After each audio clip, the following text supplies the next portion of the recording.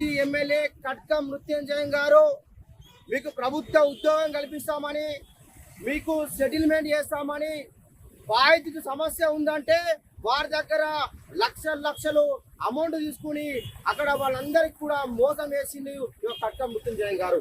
అదే విధంగా ఎక్కడ కూడా ఖాళీ జాగా కనబడ్డా అంటే కూలీ నాలు చేసి కాయ కష్టం వేసుకుని 10 రూపాయలు కూడబెట్టుకుని ఒక భూమి కొంటే ఆ భూమిని చిన్న లిటిగేషన్ సృష్టించి ఆ భూమిని కబ్జా చేసే నాయకుడు ఈ కట్కం మృత్యుంజయం గారు. గతంలో కూడా గంభీరపేట మండలంలో వందలాది మంది బాధితులు ఉన్నారు. ఎక్కడ భూమి ఖాళీ కనబడితే ఆ యొక్క బాధితులు బలహీనంగా కనబడితే ఆ భూమిని కబ్జాలు చేస్తా ఉన్నారు. ఇతని వల్ల అనేక మంది నరకయాతన పడి 2-3 కూడా మరణించిన సంఘటనలు గంభీరపేటలో ఉన్నాయి. ముఖ్యమంత్రి రేవంత్ రెడ్డి గారికి మేము విజ్ఞప్తి చేస్తా ఉన్నాం, మంత్రులకు విజ్ఞప్తి చేస్తా ఉన్నాం, దయచేసి మీ కాంగ్రెస్ నాయకుని పైన చర్యలు తీసుకోండి, ఈ బాధితులను న్యాయం చేయండి. జిల్లా గౌరవ కలెక్టర్ గారికి, గౌరవ ఎస్పీ గారికి విజ్ఞప్తి చేస్తాం, ఇతని పైన జ్యుడిషియల్ ఎంక్వైరీ చేసి ఇతని పైన చర్యలు తీసుకోవాలని విజ్ఞప్తి చేస్తా ఉన్నాం. ఈ బాధితులకు ఎవరికి కూడా ఏమైనా కూడా ఇది మృత్యుంజయ గారే బాధ్యత వహించాలి. మమ్మల్ని కూడా బెదిరింపులకు గురి చేస్తా ఉన్నారు, నన్ను చంపుతానికి కూడా అనేక మందికి కూడా చెప్తా ఉన్నాడు. మేము అన్ని కూడా ఎవిడెన్స్ విడుదల చేస్తాం, నాకు కూడా ప్రాణహాని ఉంది, నాకు రేపటి రోజున ఎప్పుడు ఏం జరిగినా నా చావుకు కావచ్చు, ఇక్కడ ఉన్న బాధితులు ఎవరికి ఏం జరిగినా కూడా దీనికి ముఖ్యంగా ఈ యొక్క కటకం మృత్యుంజయం గారు కాంగ్రెస్ నాయకుల మీద తెలియజేస్తా ఉన్నాం. దయచేసి రేవంత్ రెడ్డి గారు దీని మీద స్పందించాలి. మీ ప్రజా పరిపాలన అన్నారు కదా, ఇక్కడ కాంగ్రెస్ నాయకుడు, ఇక్కడ మాజీ ఎమ్మెల్యే అరాచకాలు చేస్తున్నారు. ఇక్కడ కూడా ఈ ప్రజలందరూ న్యాయం చేయాలి. అప్పుడే మేమందరం కూడా మీకు ధన్యవాదాలు తెలియజేస్తాం. అప్పటి వరకు మా ఉద్యమం కొనసాగుతుంది. ఇక్కడ ఎవరికేం జరిగినా ఆయన బాధ్యత వహించాలి. దీని మీద జ్యుడిషియల్ ఎంక్వైరీ జరగాలి. బాధితులుగా ఒక్కరిగా బాధితులు 100 మంది బాధితులు ఉన్నారు. 100 మంది బాధితులారా, మీకు అందరికి కూడా అందరు అండగా ఉంటాం. మీరు అందరికి కూడా బయటకు రండి, పూర్తి ఎవిడెన్స్ రిలీజ్ చేయండి. మీ అందరు బయటకు వస్తే దీనిపైన తప్పకుండా న్యాయం జరుగుతుందని మీ అందరికి కూడా తెలియజేస్తా ఉన్నా. పోయి మాట్లాడినా సార్, ఏమని మాట్లాడినంటే నా అమౌంట్ నాకు ఇవ్వండి, 1 లక్ష చేయండి, ల్యాండ్ ఇచ్చిన ప్రాబ్లం సాల్వ్ అయిపోయిందంటే ఏమంటారంటే, అరే నాకు 50 మనిషి కూడా నువ్వు వచ్చి అమౌంట్ అడిగే మనిషి వాడు నువ్వు 50 మనిషి అని చెప్పని బల్లా కొట్టుకొని పిలవండి, బీఆర్ఆర్ వినోడి తప్పేయండి, బీఆర్ఆర్ వినోడి అని అట్లా ఇట్లా మాడుకుంటారు సార్. మాట్లాడే వరకు అందులో వైఫ్ ఏమంటే అద్దు తర్వాత మాడుకుంటూ చెప్పాను చెప్తాను సార్. మధ్యవర్తి ముసలత్ అని డిస్ట్రిక్ట్ కైనాడు సార్, మామూలు సార్. ఆయన మధ్యవర్తి 1 లక్ష ఇప్పించారు సార్. ఆయన ఇచ్చిన పని కాలేదు, ఏం కాలేదు సార్. నా ప్రాబ్లం నేనే సాల్వ్ చేసుకున్నాను సార్. పోయిన తర్వాత నా ఓటు గురించి మాట్లాడితే సార్ ఇవన్నీ మాట్లాడుతారు, సప్లై స్థాయిలో బెదిరించుడు సార్, ఇవన్నీ చెప్తారు సార్. నా ప్రాణాపాయం కూడా సార్. మాకు ఎలాంటి వన్షిప్పులు మాకు తెలియదు.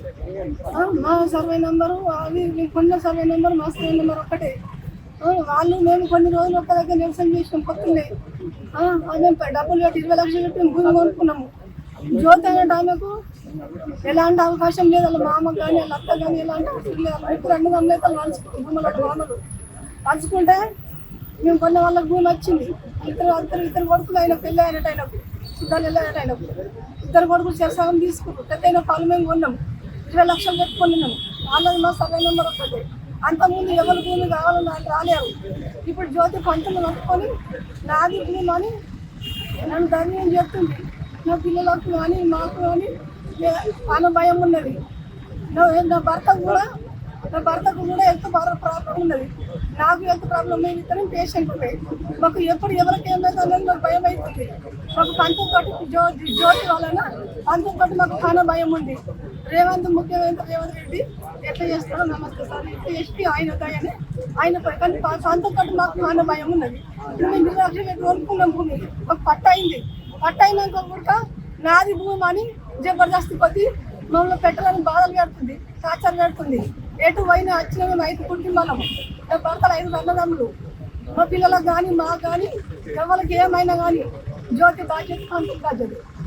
ఊరాళ్ళు కూడా ఇంకా ఉన్నారు, కానీ వాళ్ళ పేరు ఇప్పుడు చెప్పాను. సమయం వచ్చిన రోజు నాకు క్లియర్ కాకపోతే వాళ్ళ పేరు కూడా చెప్తాను. నేను జ్యోతి ఫుల్ సపోర్ట్ ఉన్నారు, నా ఊరు వాళ్ళే ఉన్నారు, కానీ సమయం వచ్చిన రోజు చెప్తాను వాళ్ళ పేరు ఇప్పుడు చెప్పాను. రేవంత్ రెడ్డి గారికి ఒకటే విజ్ఞప్తి చేస్తున్నాము. మా సొంత ఊరు గంభీరపేట మండలము హెడ్ క్వార్టరు. మా తండ్రి గారు అనేటువంటి కమ్మరి ధర్మపురి గారు గడిచిన 50 సంవత్సరాల క్రితము జాగా కొనుగోలు చేసి దాంట్లో 40 సంవత్సరాల క్రితమే ఇల్లు కట్టుకున్నాము మేము. మా ఇల్లు 2000 సంవత్సరంలో ఆల్రెడీ రోడ్ వైండింగ్లో కొంచెం పోవడం జరిగింది, ఇంకా కొద్దిగా ఉంది. దాంతోపాటు కొద్దిగా ఇంకా జాగా మేము వడ్రంగి పని చేసుకునే కూలీలము, మేము పని చేసుకుంటున్నాము. ఈ 2-3 సంవత్సరాల నుంచి మృత్యుంజయం అనే మా గంభీరపేట ఒక నాయకుడు ఆ ఏరియా ఉన్న సర్వే నంబరు వాళ్ళ తండ్రి గారి పేరు మీద ఉందని చెప్పి ఈ 50 ఏళ్ళ తర్వాత అక్కడ ఉన్న 18 కుటుంబాలందరూ ఖాళీ చేయాలి అని చెప్పేసి తన తోటలో మమ్మల్ని పిలుచుకున్నాడు. పేపర్ ఉంటే ఓకే అన్నాడు. పేపర్ చూపించిన తర్వాత కూడా ఇది మళ్ళా ఇది చెల్లది, ఇది వేరే ఉంది, ఇది సంతకం మా తండ్రి గారి కాదు అని అట్లా చేసి మా అందరికి నోటీసులు పంపించి గడిచిన 2-3 సంవత్సరాల నుంచి మాకు కంటి మీద నిద్ర ఏం లేకుండా మేము గరీబులము. అక్కడ ఉన్న కావాలంటే మీరు ముఖ్యమంత్రి గారు మీరు ఎంక్వైరీ చేసుకోవచ్చు. మేము ఇప్పుడు కాదు, ముస్తాఫా నుంచి మొదలు పెడితే లింగనపేట దోసగూడ దాకా ప్రతి మనిషిని ఎంక్వైరీ చేయొచ్చు. మా తండ్రి గారు కమ్మరి పని చేస్తూ ఎంతో మంది రైతులకు వారి నాగళ్ళు కానీ వాళ్ళకు అన్నిటికి సంబంధించి అక్కడ ఉన్న ఏరియా అందరినీ తప్పకుండా ఎంక్వైరీ చేయగలరు. నేను పుట్టిన నా వయసు ఇప్పుడు 45 సంవత్సరాలు. ఈ 45 సంవత్సరాల వయసులో నా తండ్రి కట్టున్న ఇల్లుని ఇలా బుల్డోజర్లతో కూలగొట్టి ఏదో చేస్తామంటే మాకు చావు తప్ప ఇంకో దారి లేదు. నేను ఇలా ఒక నిరుద్యోగిని, నాకున్న ఆస్తి నా తండ్రి గారు సంపాదించినటువంటి ఆ యొక్క ఆస్తి మాత్రమే. మేము ఎవరిది కబ్జా నా కొడుకులం కాదు, గరీబులం మేమంతా. ఇయ్యాల మా ఆస్తి మాకు దక్కకుండా నోటీసులు పంపించి మమ్మల్ని భయప్రాంతాలకు గురి చేస్తుండు. ఇయ్యాల 18 కుటుంబాలకు ఇక వచ్చింది ఇక్కడ 4 కుటుంబాలే, మిగతా 16-15 కుటుంబాలు ఎందుకు భయపడుతున్నాయి? వాళ్ళ ఆస్తి వాళ్ళు కాపాడలేకపోతే, మన తండ్రి వారసత్వం మనం కాపాడలేకపోతే మనం ఉన్న చచ్చిన కిందకే లెక్క. మిగతా వాళ్ళందరూ ఏం చేస్తారో మీ ఆస్తులు కాపాడుకోండి, ముందుకు రండి, బానిస బతుకులు బతకకండి. ఉంటే ఉంటాము, మనం ఉంటాము. మనకు రాజ్యాంగం ఉన్నది, అంబేద్కర్ ఉన్నాడు, మన వ్యవస్థ ఉంది, గౌరవనీయులైన ముఖ్యమంత్రి గారు ఉన్నారు. ఇదే పార్టీలో ఉన్న మీ యొక్క నాయకుడు మమ్మల్ని ఇంత చిత్రహింసలు చేసుకుంటా మాకు తిన్న పైన పడతలేదు. గుంటుక నరసింహ అనే వ్యక్తి యొక్క తల్లిగారు గడిచిన సంవత్సరం క్రితము నోటీస్ రాగానే పాపం హార్ట్ చచ్చిపోయింది ఆమె. అలాగే జిల్లా రాజా అనే వ్యక్తి వాళ్ళ కొడుకు 10-11 సంవత్సరాలు దుబాయ్లో కష్టం చేసుకుని వచ్చి ఆడ ఒక బంగ్లా కట్టుకున్నాడు. ఆ పిల్లాడు ఆ పెళ్లి కూడా కాలేదు. ఆయన పాపం రోజు టెన్షన్ పడుతుంది నాకు చెప్తుండే. ఎందుకంటే నేను కూడా ఒక బాధ్యులు కాబట్టి, అదే సర్వే నంబర్లో మా ఇల్లు ఉంది కాబట్టి. ఆయన కూడా హార్ట్ అటాక్ దీని వల్ల మృతి చెందిండు. ఇట్లా మేము కూడా ఏదో ఒక రోజు పోవాల్సి వస్తుంది. గౌరవనీయులైన ముఖ్యమంత్రి కాదు, ఆలోచన చేయండి. మా గంభీరపేటలో మమ్మల్ని ఉండమంటారా, మరి ఏదన్నా తీసుకొని సావమంటారా? మరి ఈ నాయకులు చేయబట్టి ధన్యవాదాలు. నేను కూడా చదువుకునే వ్యక్తిని, నిరుద్యోగిని, అజ్ఞాని మాత్రం కాదు. పందులకు డైరీ ఫామ్ ఉన్నదన్న, వారికి నేను మొత్తం ఫీడ్ సప్లై చేస్తున్నాను.